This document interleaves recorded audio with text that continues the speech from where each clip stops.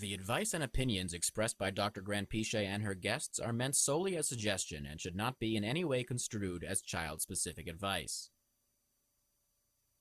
Dr. Doreen Grandpichet is Dr. Doreen is an expert in autism. Doreen Grandpichet. Dr. Grandpichet. Dr. Doreen Grandpichet. Dr. Doreen Grandpichet is a visionary in the field of autism. Now you can ask her questions on Ask Dr. Doreen.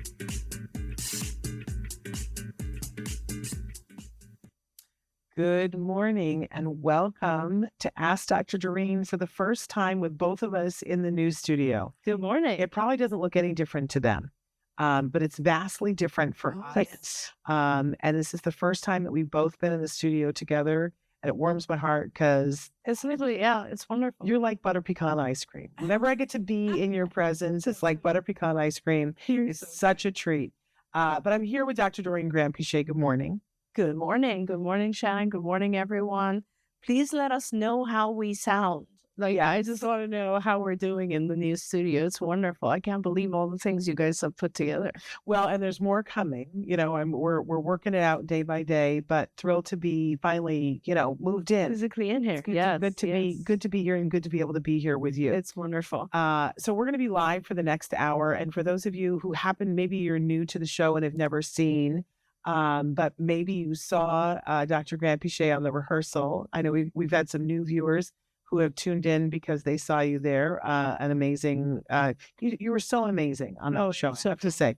But if it's your first time here with us, Dr. Doreen Grandpichet is a true expert in the field of autism. She's been working in this field for more than 40 years. I think you're close to 45, and that just seems wrong to say. Because you sure don't look it. I am past 45, I think. That's just crazy. But that experience, that breadth of experience is so exciting when we get an opportunity to tour your beautiful mind. That's really what this hour is about, that Dr. Grandpichet donates this hour to talk to the world about things having to do with autism. Now, we always have a starting topic, and our starting topic today is social challenges. But we'll take questions about absolutely anything. We're like, we already have people. Hi, Michelle, and hi, Rodney. So thrilled that you guys are here. We're live right now on Facebook, YouTube, Twitter. Sometime I guess I have to start calling that X, but I just really All right. Everyone does. No. Everybody calls it Twitter. There we go. And then keep in mind, we love it when you guys are live and conversing with us, and you have the ability to reach out to us right now, just like Michelle and Rodney did, and our fabulous Chris Desmond, who has been working so hard to make this new studio space work. He's putting up already on the screen, you can see next to the tree, different ways that you can connect with the show. I want to remind you that Ask Dr. Doreen has its own YouTube channel, very robust YouTube channel with tons of videos that maybe the question that you're thinking of asking has already been answered in the last 14 years. That's a distinct possibility. Right. But we still love being able to talk with you because everybody is different, right? Absolutely. We do give the disclaimer that there is no expert in any field, but especially this field, that can give individual specific advice in this format. That would be a disservice to the individual, as it would be to the expert, right? That requires eyes on the situation and more information. That's right. But if you guys will write in and be as specific as possible, then Dr. Grandpichet has an opportunity to tell you what she knows about that topic. And as so many of you have written in, it's life-changing when we get to hear what she has to say. Monia says, hi, both. So happy to be with you. We're so happy that you're here too. I think I may have slaughtered your name, and I apologize if I did. But that's really how you guys do it. You can write in. I want to address, though, that many of you, in fact, we know the lion's share of you that partake of the show are listening in podcast, that's a format that's just really easy. Right. It's a free download wherever you get your podcasts. Please check that out. If you're getting the free download, then you will get advertising, because that's just sort of that's how we make it free for you. If that gets in the way of your enjoyment of it and you really just want to have it ad free, all you have to do is go to glow.fm/autism-live. For $5 a month, you literally get everything that we do at the Autism Network, including Ask Dr. Doreen. It shows up in your inbox. You don't have to wait for it. It's right there, and it's all ad-free for $5 a month. It's really not about making money off of you. It's about defraying the cost of it. So please participate in that. We also have a special birthday today that we have to give a shout out, because It is the fabulous Sarah Twiddell's Yes, birthday. that's right. I didn't know you know. I came down and sang happy birthday to her this morning. So we adore her. And she's one of the things that keeps the wheels on everything. Oh, including on me. Well, Mainly on me. She keeps my wheels on. Yes, she's fantastic. she is really an incredible person. And we're already talking All Ghouls Gala. She and I are confabbing about it. And so she's what makes that thing you and she. Well, that it's all her. I run around and do I put out little fires. And you create let her. I would say you and her are she does so much more than I do. She does so much. Oh, it's amazing. She's incredible. So we love her. She starts dreading it right around now. There's so much to be organized. She seemed kind of excited today. I hope so. See, I always get around you and I get a tickle in my throat. It's terrible. Oh dear. I know. What is that about? Okay, so our topic today is social challenges. I'm going to launch into a question and then I might cough. Excuse me, Chris. I'm so sorry. Is there a reason why people on the spectrum seem to flock together? It seems like I will meet one person on the spectrum and then they immediately introduce me to their 7 friends who are also on the spectrum. Excuse me. I am not on the spectrum, but I truly cherish and respect my friends who are on the spectrum. Aren't there other non-autistic people who feel the same? Yeah, of course. I mean, that makes perfect sense if you think about it, because we all kind of tend to flock to those who are similar to us, right? In some way or another. Or I should say those with whom we can communicate better, right? And I think it's actually a really interesting question, because when I like to try to put myself in the shoes of anyone that I'm talking about, including a lot of my friends and colleagues and patients who are on the spectrum. And I think that the comfort level, obviously, with each other is higher for lots of different reasons. So they understand each other better. They understand that they don't have as many expectations. They don't feel uncomfortable because they think they're being judged. Their social language is the same or similar, more similar, I would say. And I think in general, it's funny, we always used to say that in general, when a child is getting to adolescence, let's say, and needs to find their social circle, I would always tell parents, try to look for people who are similar or have similar interests. I will always remember one of my very, very, very early patients really started to thrive when he found his niche, and his niche happened to be a group of kids in computer science. Yep. And this was before the days of robotics, Yeah.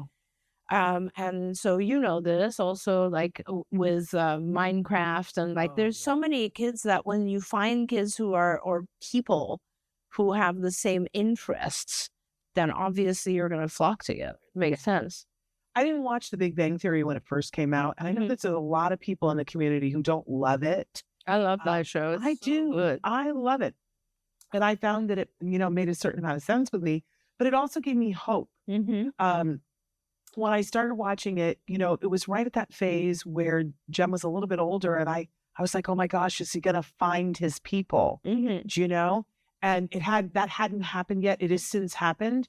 But that's awesome. I loved that they had all found their people, and that they had found their love interest too. Right. It just made me very happy. Right. And they all had different things. Yes. And they all, I look at it, and supposedly there's only one person on the spectrum, but everybody, was in a different, but they were accepting and not accepting to the degree that people are. Right. I enjoyed it. Right. I really enjoyed it. Right. So true. I love that.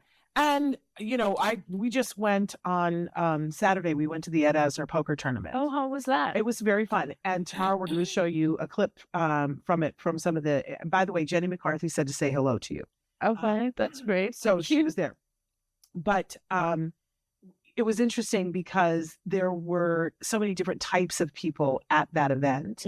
And there were a lot of adults that were on the spectrum that were there and representing. Okay. And, there were a lot of autism moms that were there, but then there were a lot of celebrities. It was like these different, and poker players. Yeah. But it was very interesting because I would find myself hanging out with all the adults on the spectrum because I was more comfortable with them. Yeah.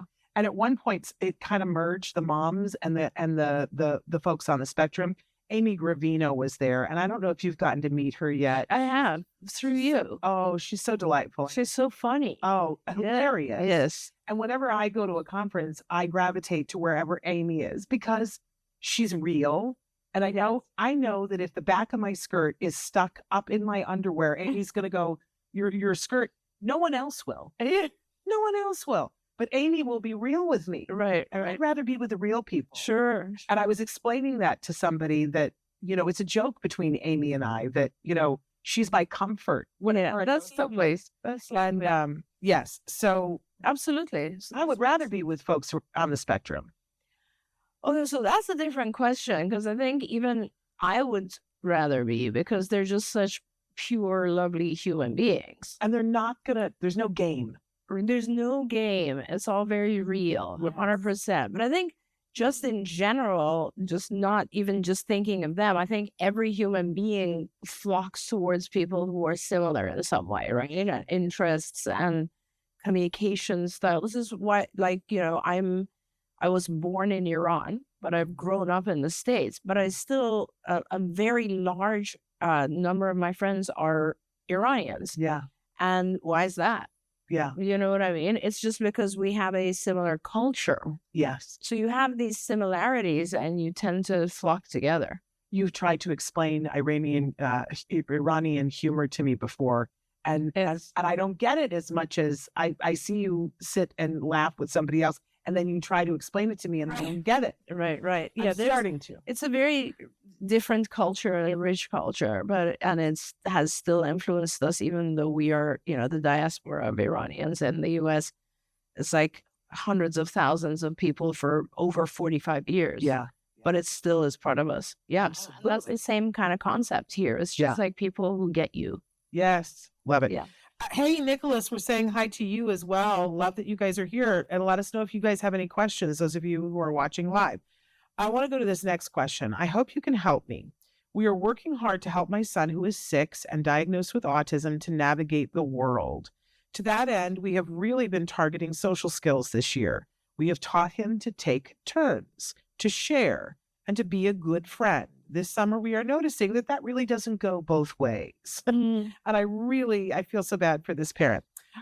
We have been having play dates with different kids from his class. These are kids who are considered, and she puts in quotation marks, typical learners. And not only do they not share, their parents aren't asking them to share. I wish I could say it was just one kid, but it seems to be all of them. In front of the parents, I will prompt my son to share his toys, which he does, and I praise him for it. Then he asks if he can play with the other kid's toy, and the child says no, and the parent does nothing. The other day, I said something to the parent about how we are teaching our son to share. Is she also teaching her son to share? And she told me no. Those are his toys. He doesn't have to share. I was appalled. But it seems like this is the thing with all of the parents. So, do I tell my son he doesn't have to share? Isn't that bad? But it seems so unfair to have to share your toys with people who won't share theirs. I want to be fair, like you always say. Yeah, I love that. So I'm going to try to help here. There's you have to divide this issue into two. So the first part of this, I have so many comments on this. So the first part of this is you raise your child however you see fit, not how other parents are.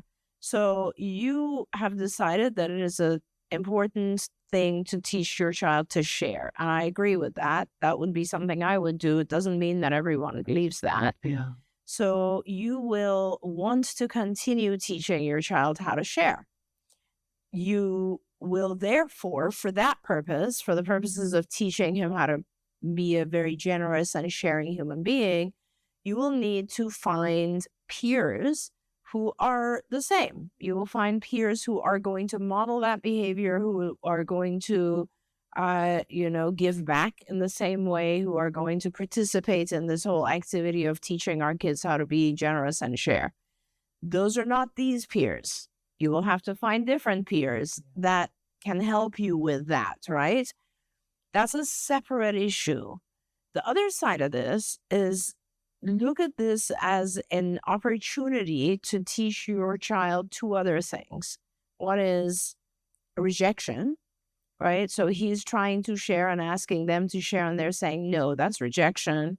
And that's an opportunity for your child to learn how to deal with rejection. When someone says no, to think about how you feel about that. And more importantly, the second thing to teach is perspective taking. For him to be able to think for a minute, oh, this person might think, what's leading them to not want to share their toy? What is their perspective? Maybe they think, I'm going to steal their toy and never give it back, whatever it is. But these are other things your child can learn. And the truth is, we go through life and we learn these things, right? We learn how to deal with people. Sometimes it gets us down. It's exhausting. It's stressful. Obviously, all of that. It's saddening. But it teaches us that people are different. We need to be accepting, I guess, of how people are. It's not a reflection on us. We can continue to be who we strive to be despite how other people. All of these are lessons that your child could be gaining from this interaction. But these are not the right peers. Yeah. So these are the two things. Find another person who will share. And I'm sure there are kids out there whose parents consider this to be an important thing. Yeah. So that's the two sides. You got to divide them. And, I don't know. Sometimes I think if you find, I'm just going to say what our experience was, that we are not people who go to church. Judge me. We don't. But what we found was that the neighbor across the way, I used to teach at BYU, so I'm very familiar with the Mormon religion. They happen to be Mormon, and they had similar values, that the sharing thing. And then we had friends that there was a group of kids and they were Jewish and they had similar values. So I think if you're really looking for people, sometimes finding people who are spiritual and accepting, you don't have to be the same religion. Neither one of those groups of people felt that we need to be Mormon or Jewish in order to play with their kids. Right. But they had very similar moral compasses, right? That, of how they wanted their kids to raise, and their kids shared. Exactly. And they were also very accepting of when my son made a mistake. They helped him to work through whatever the social thing was. And the kids taught him and stuck up for him. And it's very pleasant. And this is so important, Shannon, because this is the first time that you get the chance as a parent to teach your child that he doesn't have to be like other people. Wow. That's really, really important. Imagine if he gets, involved with a group of peers who make fun of others. That's just an example. Yeah. Bully. And they're there. And they're there. Your child, if he has already learned the lesson, I can be different. I don't have to be like them. Yeah. That lesson will take him in so many paths, will give him success through life. That's a very important lesson that he could learn right now. They don't like to share. I still can share. I can still share. It has nothing. People are different. I can still should be the person that my parents approve of. Those are all really important lessons that I think will come out of this.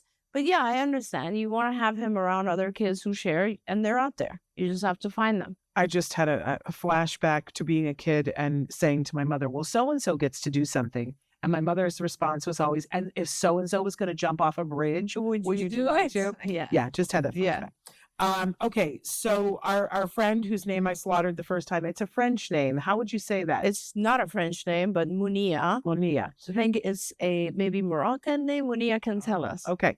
Well, but they're living in France. Yes.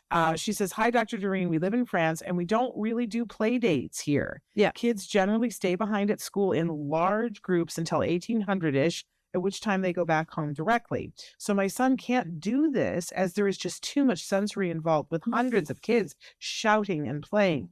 My kid is not invited to birthday parties either, so has limited to no social interaction.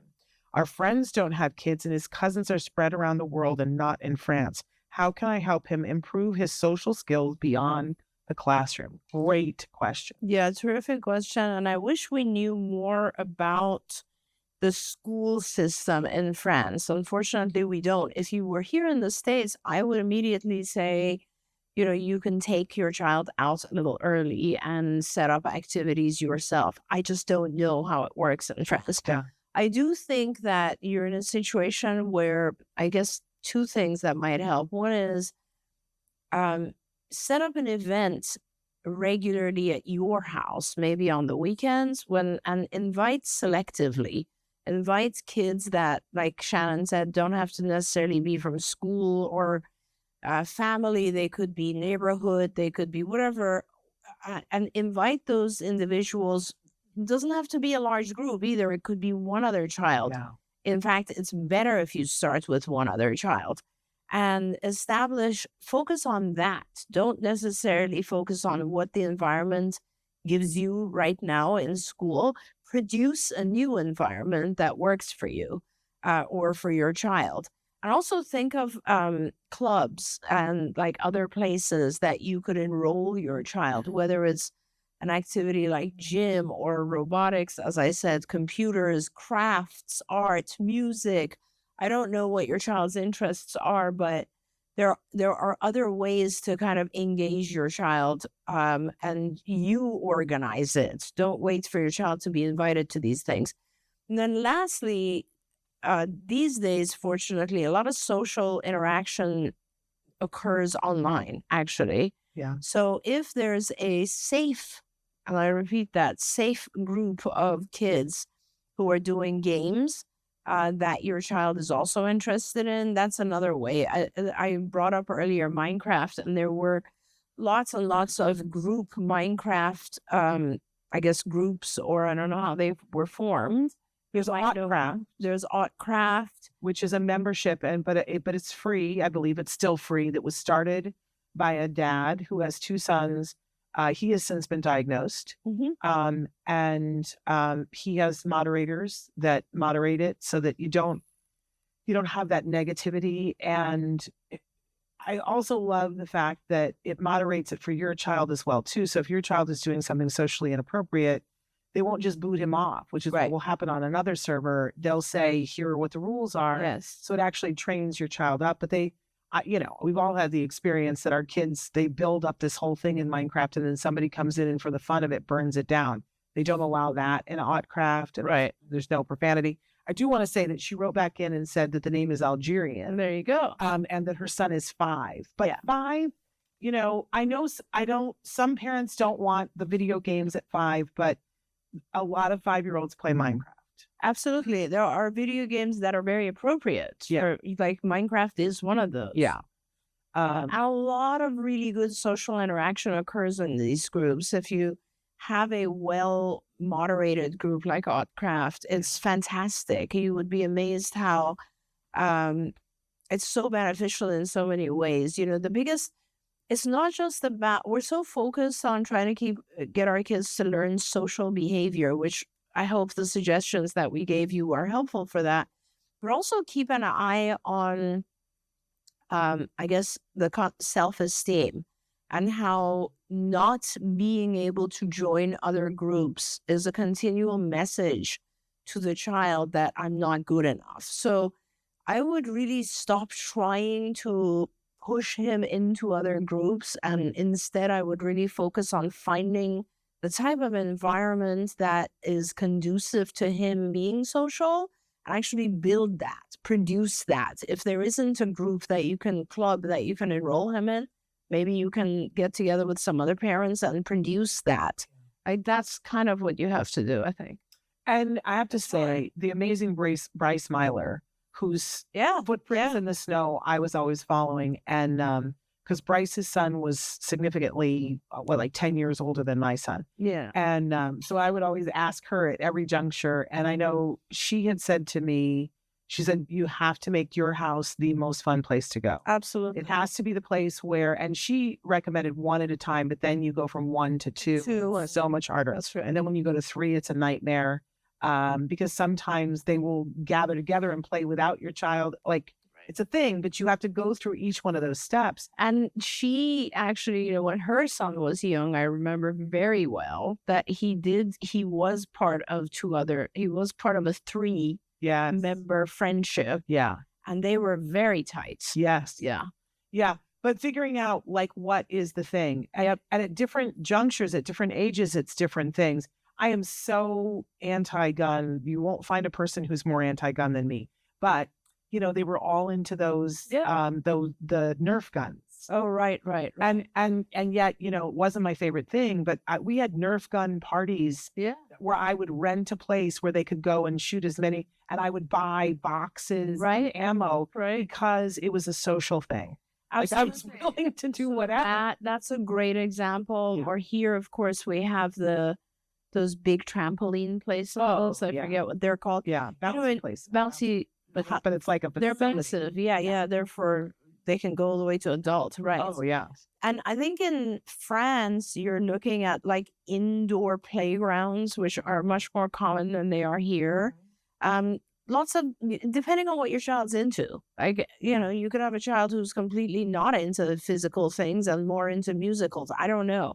But find that group because that's where it's going to happen. And have that play date at your house. And we were told by Bryce, find out whatever the particular thing is at that point. Like at one point it was Beyblades. So we had the Beyblades at the house, right? But then find out what the food is. Yes. And sometimes we were sending my husband to go to 4 different drive-thrus so everybody could get the type of fast food that made them happy, because then it made them want to be at our house. Yes. And that, I need to thank Bryce 18 more times a day, because it became, that translated to school. Absolutely. And they protected him. He was part of a group. Yes. And that, he was bully proof, and people tried to get in good with him because they heard it was so fun to come to the house that they were allowed to have popcorn wars. Yeah. Because I would vacuum afterward. That's right. It was an hour of vacuuming for an hour of joy for my kid. That's right. We prioritized it. It's so important. It was hard, but it was worth it. Absolutely. It was really worth it. And to see the joy was really good. And I have to say that solves the birthday party thing too. Yes. We always made the rule that, and we didn't have the money and we figured it out, but every single kid in his class would be invited to the birthday party. We would make that birthday party epic. Exactly. And so everybody would come to the birthday party, and then he would get an invite to each one of those kids. And we went to every single birthday party. Yeah. And usually we took a BT with us to the birthday party. Yeah. But that, that starts to solve the birthday party. If you invite all the kids and you make sure, like when he was 5, we had the birthday party at the Build-A-Bear. Right. And every kid got a bear before they left the Build-A-Bear. Yeah. And, it was an expensive party. Yeah. Not that much really when you compare it to everything else. But parents were calling and saying, can we bring a sibling? And I would say, yes. Yeah. We packed that place and everybody got to Build-A-Bear. And every party after that, he was invited to. Yeah, that's an amazing thing. But we don't know your child. And so we don't know his ability to interact with all these things that were thrown out at you. It might be that he really right now at this phase in his life is not able to engage in those types of social activities. I don't know. Yeah.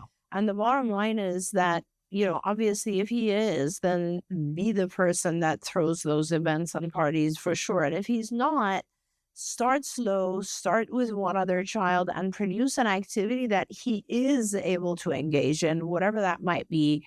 Whether it's having one adult there teaching both of them how to do crafts, or, something very low key, easy, simple, like something where he can be successful, have one other child there. Redesign what you're talking about in terms of social. Definitely I would not recommend throwing your child into a group, a large chaotic group of other kids. It's just not going to be successful at that point. Thank you. I get off on a tangent. It's just I don't know. Like if this child is able to manage Yeah, but they said thank you, and they said I will create these opportunities. Awesome. Amazing, amazing. What are the rules? Oh, this is a good one. What are the rules around being around your ex-boyfriend? I was recently diagnosed as autistic. I am 17, and people tell me all the time that what I do is inappropriate. But they only wait until after I have done something wrong to tell me I am wrong. And when I ask them, what am I supposed to do? They don't always tell me.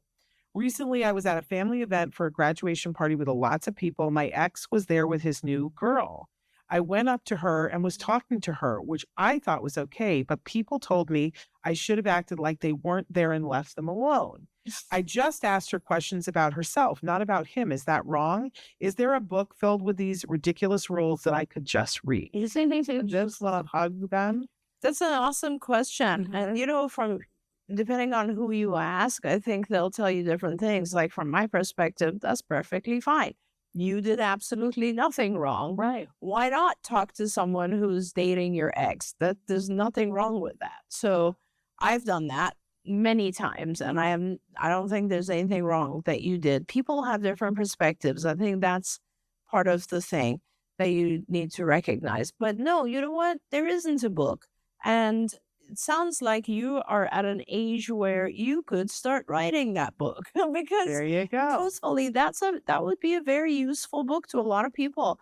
And these are such subtle rules of society that no one really ever put them all in one place. Yeah. So, as you're experiencing them, write them down. It would be so valuable to others. I used to bug Ev Kong. You know what I wanted? I wanted a little, you know how they make those sleeves and it's got a little red part in it where you read the answer for the red thing? Yes. I wanted a thing like that, but it would have been too long. Where people, it was like when this happens and then you pull the sleeve to that point and it tells you what the answer, what the social situation, wouldn't that benefit so many people? Absolutely. Now we have So apps. many. There's so many. It's so hard. And even an app like that doesn't exist. I know, right? but we So should have an app instead of a 100%. side thing. 100%. And actually, our next question really along the same lines. Is there a place that I can learn more about social stuff at work? I am 26 and work at a firm that handles legal cases about divorce. It seems like most of the employees go out on Fridays after work. I have never done that, but I would like to. I don't know what is okay to talk about if you work together. I don't want to get in trouble. Yeah. Yeah. That is so prevalent right now. The fear. I hear this from young people all the time about they're afraid to go in a social situation because they're afraid of saying the wrong thing. Yeah. That's interesting. Going back to what we just said, Shannon, that there isn't a book for that, right? There's also not a book for things like how do you do social behavior. There actually might be more written on the subject of appropriate social behavior at work. There might be, but it's still a very good thing to start writing, right? Because there's a lot of people who need this kind of feedback. I will say that others have gone to their HR department and have said, can you please develop a program of training for others so that both I learn and they learn how to fit in? It's a very important thing. A lot of organizations, larger organizations, do have training for both sides. There's a training for other employees to really know how to encourage an individual who has autism to come and join and to be more accepting and so on. But also another part of that training is for the individual to know the rules of society at work, and also to know that they often, other organizations will give that person kind of a consultant or someone that they can go to have those conversations. We used to have this situation with one of our prior patients who was working at CARD, and I think it was very, very useful to that individual to be able to, in the morning, go and have a conversation about what happened yesterday or how they're behaving or what's okay and what's not okay with their consultant or with their mentor. We call that a mentorship meeting, mentor meeting. And now there are people who you can, contact and hire. They now they're calling it job coaching. Yeah. For this. Yeah. But specifically for folks on the spectrum. Absolutely. And going in and doing that. It's like, thing. because it's very hard because there are, first of all, I think no one realizes, people who are not affiliated with this field don't realize that someone who has autism is never going to do something that's mean intentionally, right? They're never going to do something harmful to another person. That's just not in their nature. If they do something, they have no bad intent. And I remember that this individual that I was talking about used to do certain things completely unaware of the fact that those behaviors could be perceived as scary or, creepy or whatever it is. And it was important for us to step in and both explain to the individuals who took the behavior in a wrong way, as well as to the individual. There was a learning opportunity to say, when you do this from that person's perspective, it's a little bit scary. So don't do this. Do it this way. You know what I mean? So absolutely. Yeah, those things are very important. And Parker has written in, Parker, I'm going to go in the reverse order. Parker says, at my old job, I never needed that training from the get-go. I worked fast food and basically I was accepted how I was and people advocated for me, but not all jobs are like that. Parker also said, hi, ladies, I'm going to a wrestling event next Monday with my best guy friend.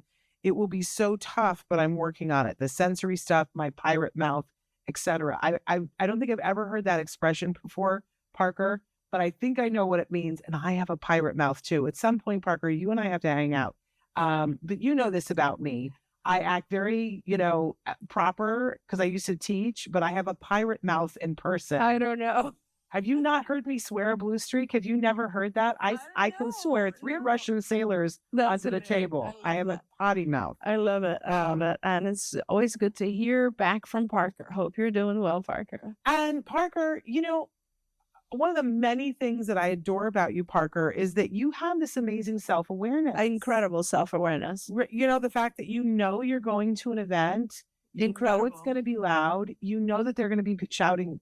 People are going to be shouting things and that you're going to have to monitor some of the things that you say. Mm-hmm. Listen, I think that's amazing because there's a whole lot of people there who won't be thinking about the fact that they have to monitor what they say. So, Parker, I think you're amazing. Absolutely amazing. I want to get to another question that was written in. What do you recommend for social skills for a teen that doesn't want to be identified as being autistic, but he is and needs social help? I hear this all the time. Yeah. There's a lot of thoughts around that. I'm not sure the relationship here of the person writing in to the teen because, I think it first starts with, what the individual wants. Not necessarily. I mean, sometimes you could say if the individual is very young or not able to speak for themselves, then I think obviously that we have to go with what the guardian or parent wants, right, for them, because that is the person who cares about them the most. It's not always ideal because the guardian or parent might want something for them that is completely just not something they would want. We don't know, but there's no way to know any better because they can't speak for themselves. But it sounds like this is an individual who can speak for themselves because they're so minimally, different that they would like to not even be recognized as having autism, right? And the other side of me, there's always this very protective side of me as a clinician because there's so many people, like this whole experience that I had with going on the rehearsal. Yeah. A lot of people were saying is and asking me and apparently asking Nathan, do you have autism? And, he doesn't. And he wouldn't be diagnosed as autistic today if I was to look at him and look at his symptoms. But people tend to assume things. And so my first reaction to this question is, this is someone saying he has autism, right? The person who wrote in. how do you know that? Yeah. If the person doesn't want to get diagnosed, that means they've not been diagnosed. And until they've been diagnosed, we don't have a diagnosis. Right. Done. Period. So then I really just, even if you have a diagnosis, I think the way that to look at things is a little bit different. For me, the diagnosis doesn't mean that tomorrow things have to be different. It's not that cut and dry. It's really more about the symptoms. So if you have, let's say, the symptoms where certain social situations are difficult for you, dive into that more and figure out what about the social situation is wrong, is difficult, what makes it awkward. Is it that I am not able to see other people's perspective? That's usually one of the big things. Is it that I don't understand slang? Is it that I'm culturally different? Is it that I can't read people's facial expressions? I get too close physically. I don't listen to people. I walk away when they're There's like 6 million things that go into social behavior. Find that, get more into what that is and work on that, right? It's kind of like what I always say about anxiety, right? What are the exact things that cause that anxiety, or how is it defined? And let's work on those things. Because when you look at a diagnosis, it doesn't help. Yeah. We're not helping anything by just saying, oh, this individual has a diagnosis. I want to add more to this, but I do want to say that Parker, Marianne has written in and would like for us to define what a pirate mouth is. I think that it's when you say off-color things that maybe wouldn't be, like swearing. Yeah. But Parker, tell us if that's what you meant by that. That's what I meant by it. But I do want to say that, because what I meant when I said, I feel like I get this question a lot. Lately, I've been talking with a lot of parents who have teenagers, a lot of them that maybe got the diagnosis like 11, 12. Mm-hmm. So they have great vocal skills. Mm-hmm. They missed the diagnosis early, but they're having lots of problems socially. Mm-hmm.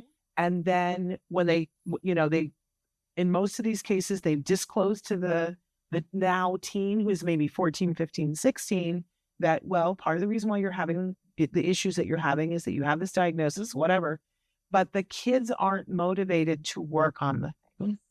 And right. The parents are saying, you have to go to this social skills class, you have to go to ABA, you have to do this. And the kids are like, I don't want to go to that because it says it's for people who are autistic and I don't identify that, even though they have the diagnosis. So I think I think everything that you said was really helpful, but I think I would love to hear you talk about, for the parents, how you get the buy-in from your kid and why it's maybe not important for it to be labeled.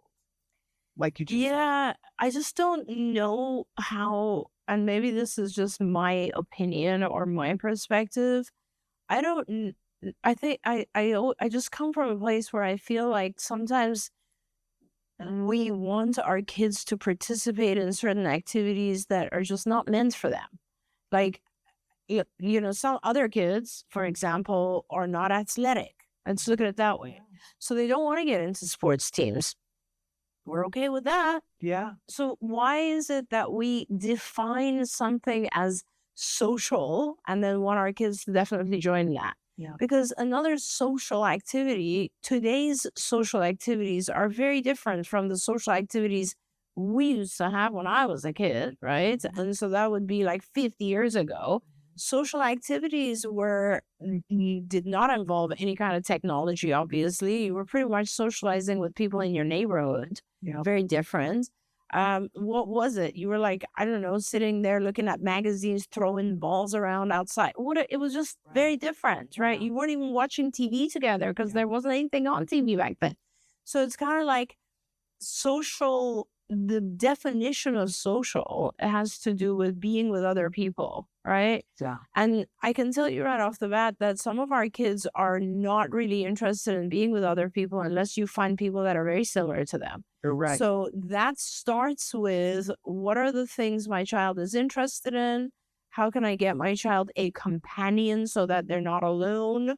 And what activities should those individuals be doing together, like my child and this other person, right? That goes back to what we were talking about before, which is find your child's niche and help them get into that.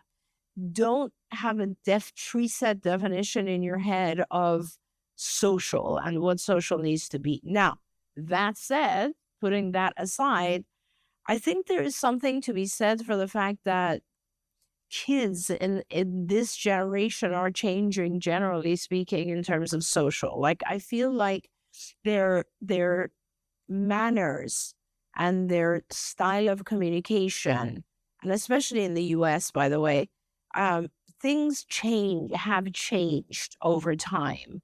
And if we see that that's not acceptable, then I think it's up to us as parents to try to reverse that and teach them. But I do think that social stuff has changed overall. Like, Shan, when you and I were growing up, if your parents introduced you to someone, you would step in and shake hands. Right. That's ridiculous now. Yeah. No one will do that. Yeah. You would refer to people as Mr. and Mrs. until you were told not to. Yeah. No one does that. You don't even call your professors or your teachers by Mr. and Mrs. So things have changed. Do you know what I mean? So when we say that we need our kids who are very mildly affected to engage and learn those things, I agree. They need to learn lots of things like politeness and seeing other perspectives and being empathetic and all that sort of stuff. But let's start with what's appropriate today. Yeah. But I love this because I hope what I heard there is that instead of focusing on a social skills class that's for kids with autism, think about what does your child love? What activity, 100%. What activity can they go do? And if you put that in them in that environment, they will start learning social skills. They'll in socialize. that environment. That's right. That's amazing. That's exactly. That's like us, right? That's like us. And then your child is happier.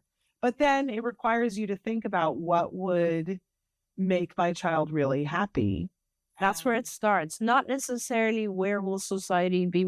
Like, I want to make sure my child is not alone. That's where it starts. The whole social. I want a lot of parents say to us, right? A lot of parents will say, but I want my child in school because that's the only area where he'll get social skills. Yeah. Right. That's an example of this. Yeah. And it's not true. It is not true. Like, the truth is sometimes in school, your child experiences anti-social activity. Like, he'll experience lots of things that will isolate him. Yeah. So I always want to start with what makes your child happy. Thank you for summarizing it that way, because that's much better said.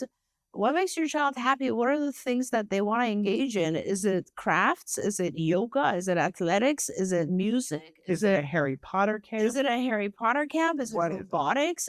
What is it? And carpentry. I have another child who just got into woodworking, and that's where his thing is. But it's like, find that and then get into that, because I promise you, your child will find happiness there. They will find other people who are into that. That will develop social relationships and interactions and so on.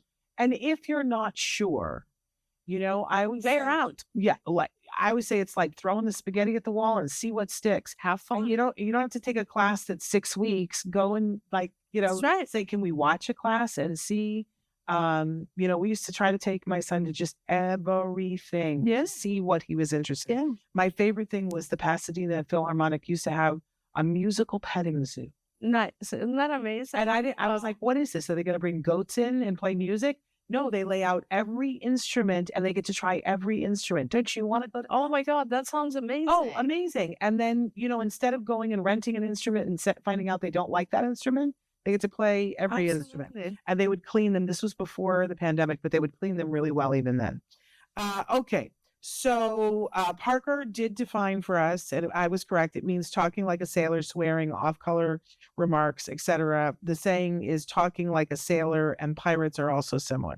So we were right. So now we have defined pirate mouth. I love it. I'm going to be saying that now. Parker also said that for a lot of people, autism is a very big social stigma. Either they baby you to no end and try to protect you, or you're bullied to no end. It is. And he says, I was on both sides of my life. I feel for this kid. And he says, I had problems being alone. Yeah. So thank you for adding that. Want to see if I can squeeze a couple more short questions.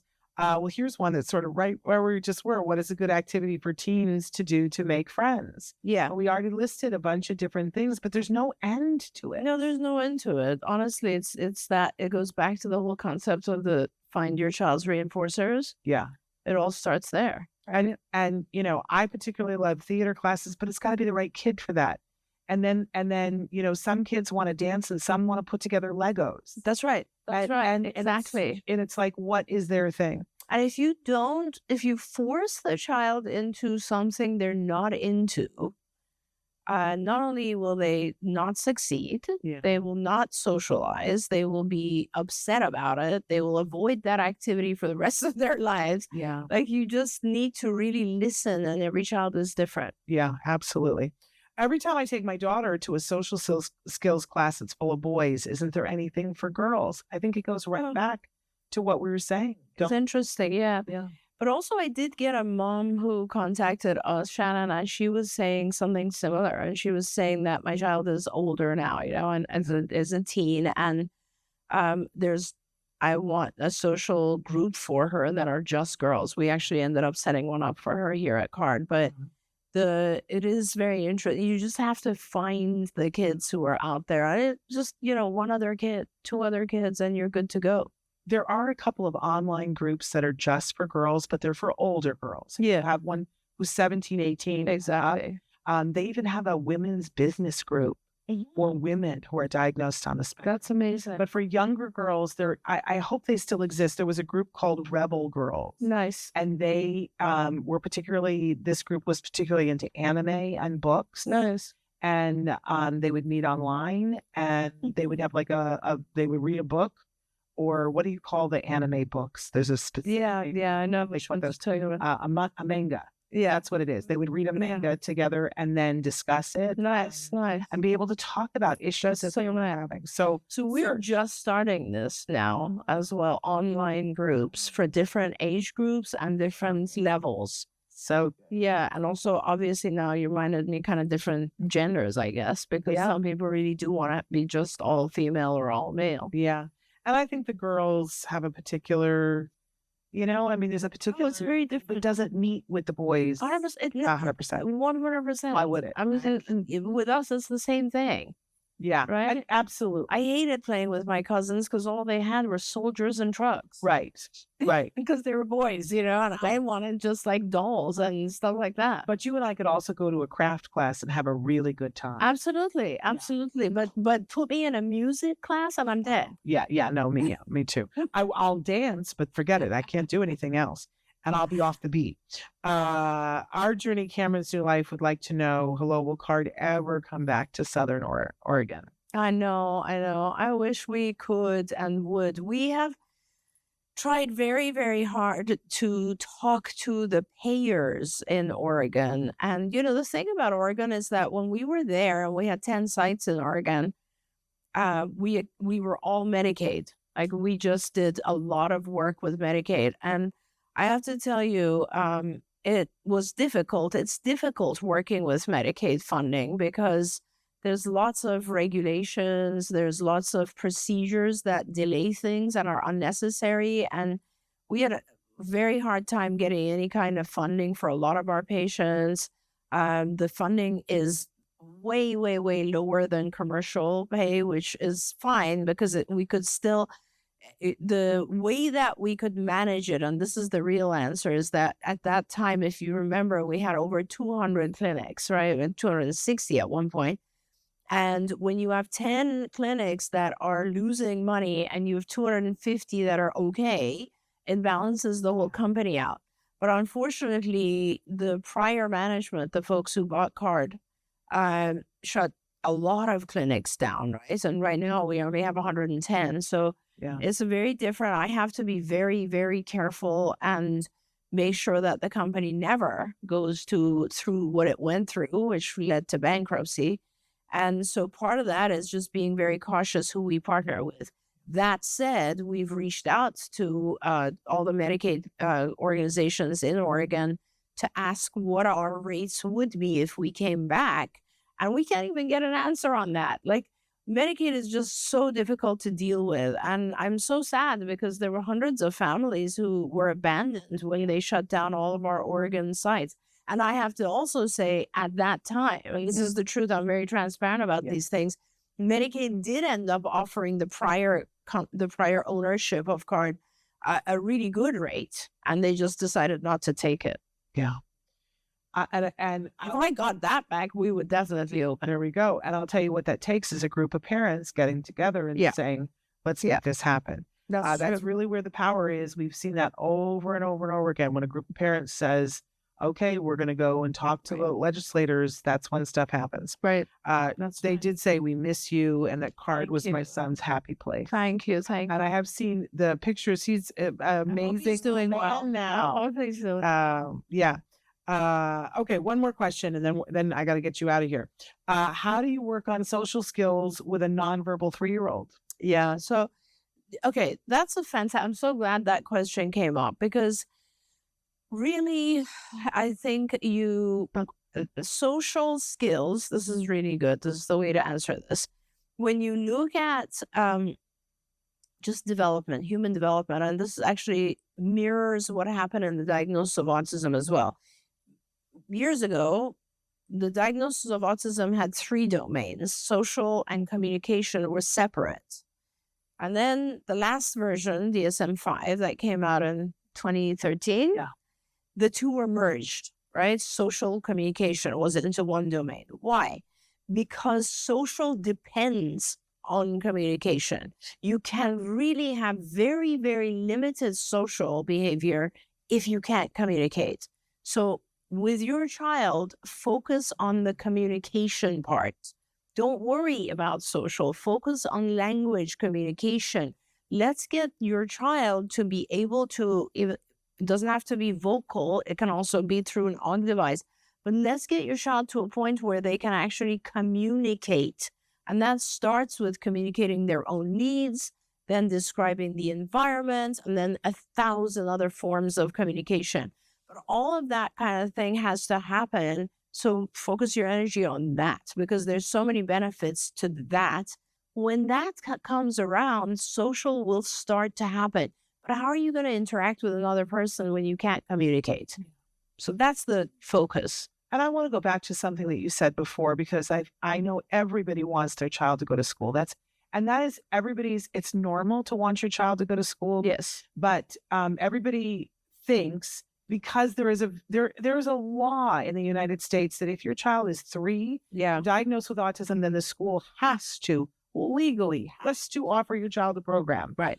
And everybody goes, woohoo, I got a program from the school, not realizing that is not the best program for your child. Right. It just isn't. We can show you the science. The best program for your child is an intensive ABA program. Right. We can show you that science as well. But unfortunately, parents don't know. And they put their child into a program at school, which actually can either maintain or make it aversive for your child so that your child doesn't want to go to school.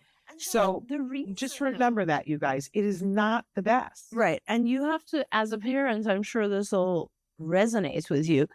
Part of the reason for that attraction to school is that neurotypical kids are in school. And it feels normal. And it feels like, oh, this is where my child's going to go to become normal. Right. It'll all work out. Let me just put my child in school. That if my child goes to school, that means he's not that severe. Like there's all these little things, right? It has nothing to do with it. Think of it this way. This is the environment you're putting your child in for the vast majority of his day. What is the best use of his time? That's all. I spend a large portion of my day explaining to parents and saying, legally they had to offer you this, but it's a beater car. Yeah. It's a beater car, and you have the Lexus. Right. That's already in with the funding for it, and you're choosing the beater car for your child. Right. Don't do it. Did you see the most recent comment from our friend who said, press on, Doreen, with the noble and critical work you do? Oh, thank you. Thanks. I love that. And we appreciate that from you.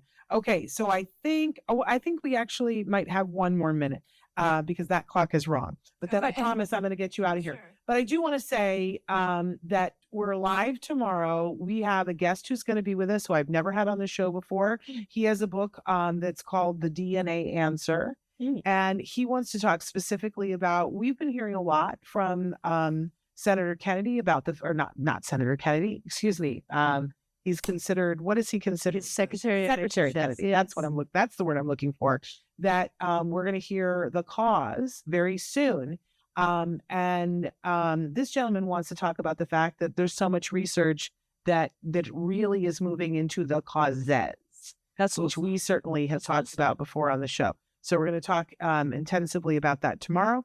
We also are going to show some video from some of the amazing people that we talked to at the Ed Asner poker tournament. How lovely. It was, a really interesting event. So all of that will be happening tomorrow. Great. We got a lot of fun shows coming up.